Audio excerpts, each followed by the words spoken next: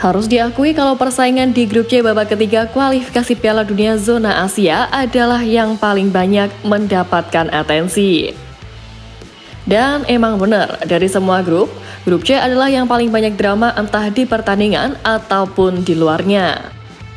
Sebut saja yang terbaru ini, hasil minor yang diraih timnas Indonesia atas Jepang direspon cukup menohok oleh pelatih Cina Branko Ivankovic dengan kesombongan.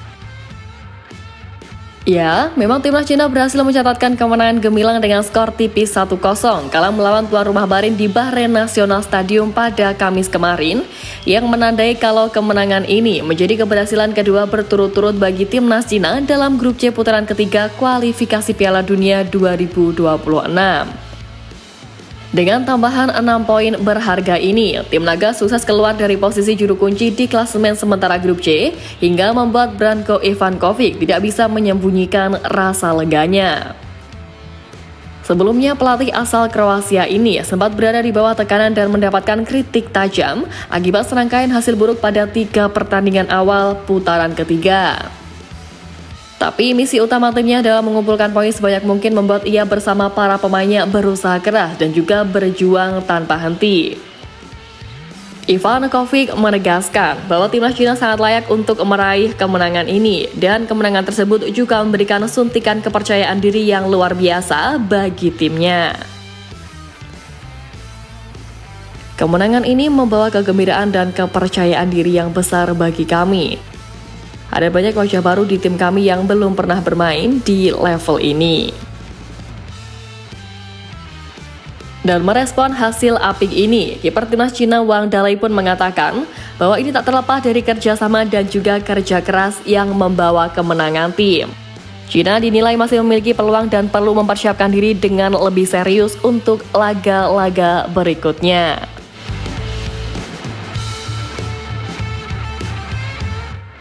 Nah, tak berhenti sampai di situ, melihat Indonesia yang disebut sebagai tim kuda hitam dan baru saja mengalami kekalahan di kandang sendiri, Cina makin besar kepala dengan mengingat kiprahnya kala menumbangkan tim Garuda di kandangnya.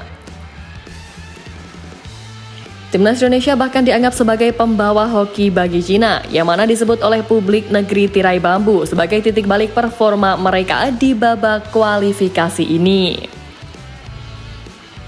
Patut diakui sebelum menekuk armada Sintayong di Qingdao 15 Oktober lalu, Cina menjadi bulan-bulanan kontestan favorit di grup C sebab skuad asuhan Branko Ivankovic dilalap Jepang dengan skor 0-7, Arab Saudi 1-2 dan Australia 1-3. Dan 3 poin yang mereka raih dalam situasi inferior dibandingkan Rafael Struijk dan kawan-kawan itu lantas membuat mereka melanjutkan momentum dengan meraih kemenangan dramatis di markas Bahrain.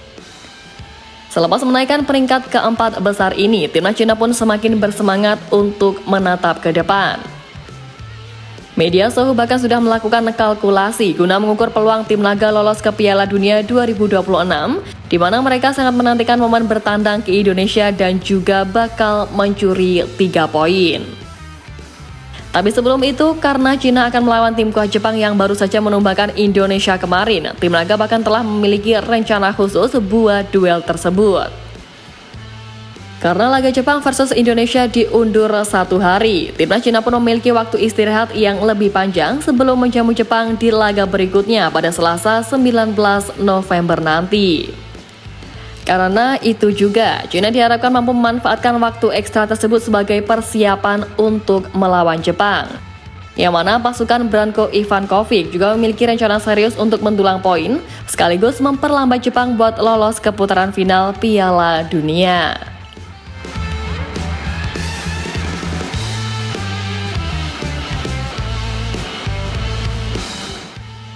Nah, di satu sisi menyoal kekalahan timnas Indonesia atas Jepang di laga kemarin, Sintayong beralasan jika tim asuhannya tak diunggulkan dari berbagai aspek.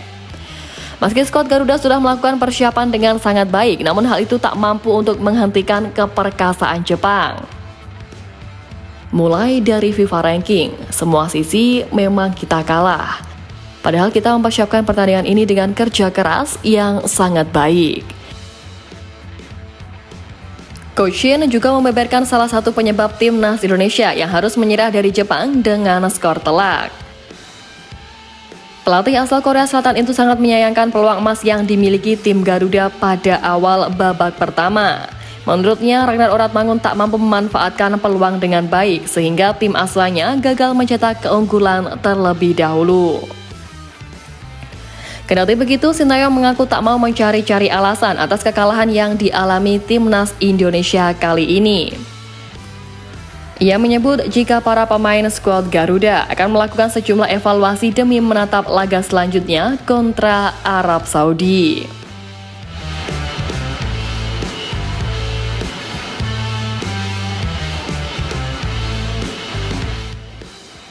Tak hanya Kocin, Ketua PSSI kita Pak Erick juga angkat bicara soal kekalahan telak tersebut. Sebab menurutnya segala prestasi yang didapat timnas Indonesia merupakan tanggung jawabnya sebagai ketum PSSI. Saya bertanggung jawab tentu dengan prestasi yang dicapai PSSI sampai dengan hari ini. Mohon maaf, tentu kalau mengecewakan hasilnya. Saya tahu euforia masyarakat. Meski tumbang dengan skor telak di kandang sendiri, permintaan maaf Pak Erick ini tetap diikuti dengan tekad bahwa timnas Indonesia belum angkat bendera putih untuk melaju ke Piala Dunia 2026. Menurutnya perjalanan skuad Garuda belum berakhir karena masih ada 5 pertandingan sisa di grup C ini. Tentu harapannya di sisa laga ini Indonesia benar-benar bisa memanfaatkan peluang buat mengambil posisi keempat yang telah ditargetkan. Ya, terlepas dari apapun Indonesia benar-benar diberikan pelajaran sempurna oleh Jepang. Mungkin kalimat itulah yang cocok menggambarkan situasi saat ini. Memang harus diakui dari sisi manapun Jepang memang unggul segalanya. Dan memang sejak awal pun Jepang sudah diprediksi akan sapu bersih grup ini tanpa kekalahan. Meskipun begitu, kita nggak usah berkecil hati, karena sejatinya peluang itu tetap masih ada. Ya, sebagai bahan evaluasi mungkin yang perlu dibenahi selain finishing adalah meminimalisir kesalahan tersendiri terlepas Jepang memang mainnya keren banget.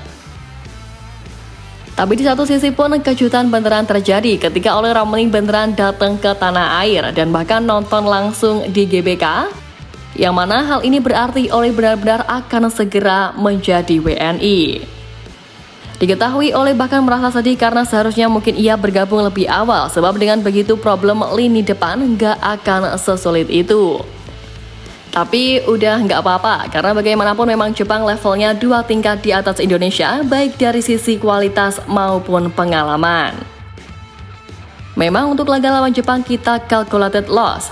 Tinggal gimana caranya bisa ambil 3 poin dari Arab, Bahrain serta Cina di GBK nanti. Kalau itu bisa dilakukan, peluang untuk finish di 4 besar pun masih cukup terbuka. Pokoknya 3 match kandang mau nggak mau harus bisa dimenangkan.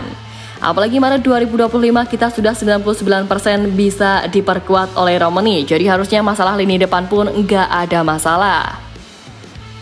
So, buat tim Garuda jangan patah semangat, dan buat fans nggak usah cari kambing hitam.